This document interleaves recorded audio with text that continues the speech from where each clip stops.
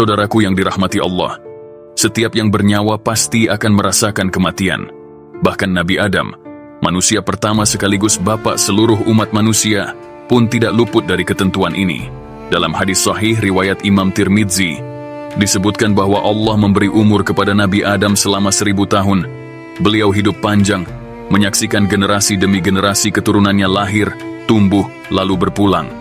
Betapa besarnya nikmat Allah yang dianugerahkan kepada beliau, usia yang panjang, ilmu yang luas, dan kedudukan sebagai nabi pertama. Namun ada satu riwayat masyhur yang membuat kita merenung. Rasulullah SAW bersabda bahwa ketika Allah mencatat umur Nabi Adam 1000 tahun, Nabi Adam sempat meminta agar sebagian umurnya diberikan kepada anak keturunannya, yaitu Nabi Daud alaihissalam. Namun, ketika ajalnya tiba, Nabi Adam lupa bahwa ia telah menyerahkan sebagian umurnya hingga malaikat maut datang menjemputnya. Hadis ini menunjukkan betapa manusia, meski nabi sekalipun, tetap memiliki sifat lupa dan lemah, sebuah fitrah kemanusiaan. Menjelang wafatnya, Nabi Adam memberikan wasiat kepada anak-anaknya, khususnya kepada putra yang soleh, Nabi Syits alaihissalam. Beliau berpesan agar menjaga tauhid, tidak menyekutukan Allah dengan apapun, serta terus menegakkan ibadah.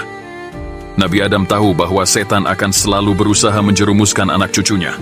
Beliau mengumpulkan anak-anaknya, lalu berwasiat, "Wahai anak-anakku, janganlah kalian menyekutukan Allah.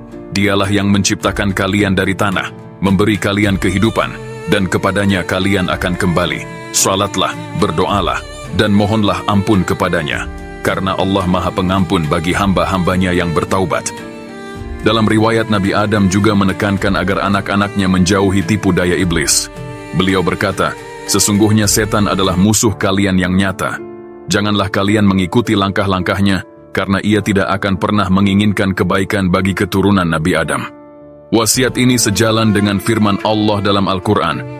"Dan sungguh, kami telah berwasiat kepada Adam dahulu, tetapi ia lupa, dan kami tidak mendapatinya mempunyai keteguhan hati."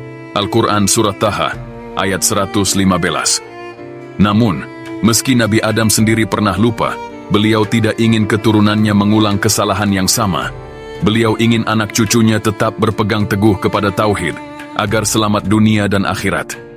Saudaraku yang dirahmati Allah, untuk memahami kemuliaan Nabi Adam, kita perlu kembali kepada hadis-hadis Nabi Muhammad SAW yang menjelaskan peran Nabi Adam sebagai manusia, pertama sekaligus bapak seluruh umat manusia. Dalam sebuah hadis sahih, Rasulullah SAW bersabda, "Allah menciptakan Adam dengan tinggi 60 hasta. Setelah menciptakan Adam, Allah berfirman, 'Pergilah dan ucapkan salam kepada para malaikat, lalu dengarkan jawaban mereka. Itu akan menjadi salammu dan salam anak keturunanmu.' Maka Adam berkata, 'Assalamualaikum.' Para malaikat menjawab, 'Assalamualaikum warahmatullah.' Maka setiap orang yang masuk surga akan berwujud seperti Adam, dengan tinggi 60 hasta. Tetapi sejak saat itu makhluk semakin berkurang tingginya hingga sekarang." Hadis riwayat Bukhari dan Muslim.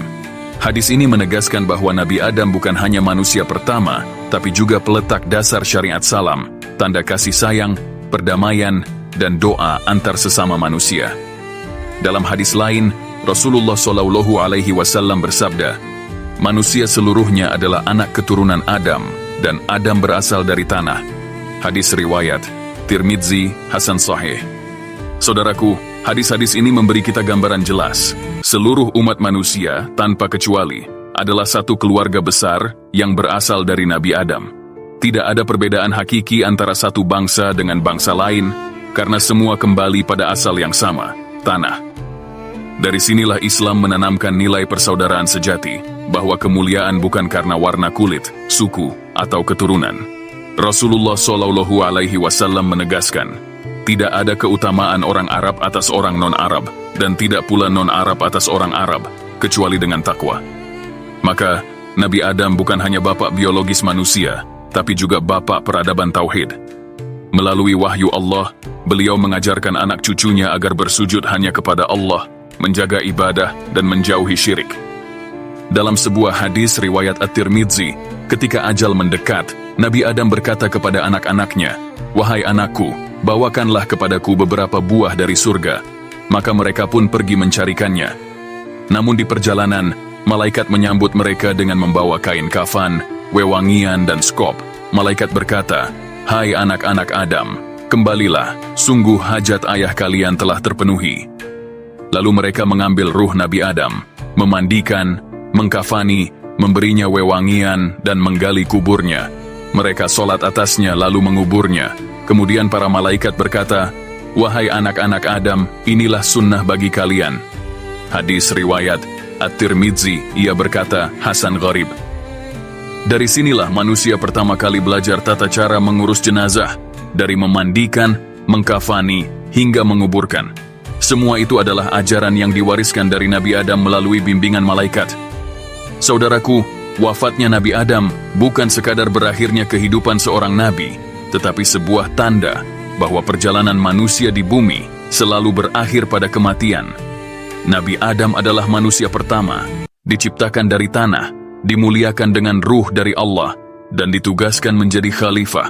Dari beliau lahirlah seluruh umat manusia, dan dari beliaulah kita belajar tentang tauhid, ibadah, serta peradaban pertama. Namun, meski panjang umurnya, akhirnya Nabi Adam pun wafat. Hal ini menjadi pelajaran penting. Usia yang panjang bukanlah jaminan selamat, yang terpenting adalah bagaimana hidup kita digunakan untuk beriman, beribadah, dan taat kepada Allah. Wasiat terakhir Nabi Adam adalah tentang tauhid. Beliau ingin memastikan bahwa anak cucunya tidak menyekutukan Allah, tidak mengikuti langkah setan, dan tetap berpegang pada cahaya risalah. Wasiat ini adalah pesan yang terus diwariskan dari generasi ke generasi, hingga sampai kepada kita hari ini. Kesedihan keluarga Nabi Adam saat itu juga menjadi gambaran bahwa kehilangan adalah bagian dari kehidupan. Namun, Allah mengajarkan cara menghadapi kematian dengan sabar, dengan doa, dan dengan mengurus jenazah sesuai syariat.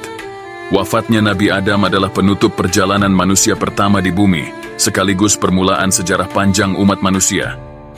Ia meninggalkan warisan yang tak ternilai, tauhid, ibadah, dan doa-doa yang mulia. Maka wahai saudaraku, dari kisah ini kita belajar bahwa kita pun sedang menapaki jejak yang sama. Kita hidup, kita beramal, lalu kita kembali. Pertanyaannya, apakah kita akan kembali dengan membawa iman, ataukah kita pulang dengan tangan kosong? Allah berfirman, "Setiap yang bernyawa pasti akan merasakan mati, dan hanya pada hari kiamat sajalah diberikan dengan sempurna balasanmu." Al-Quran Surah Ali Imran ayat 185.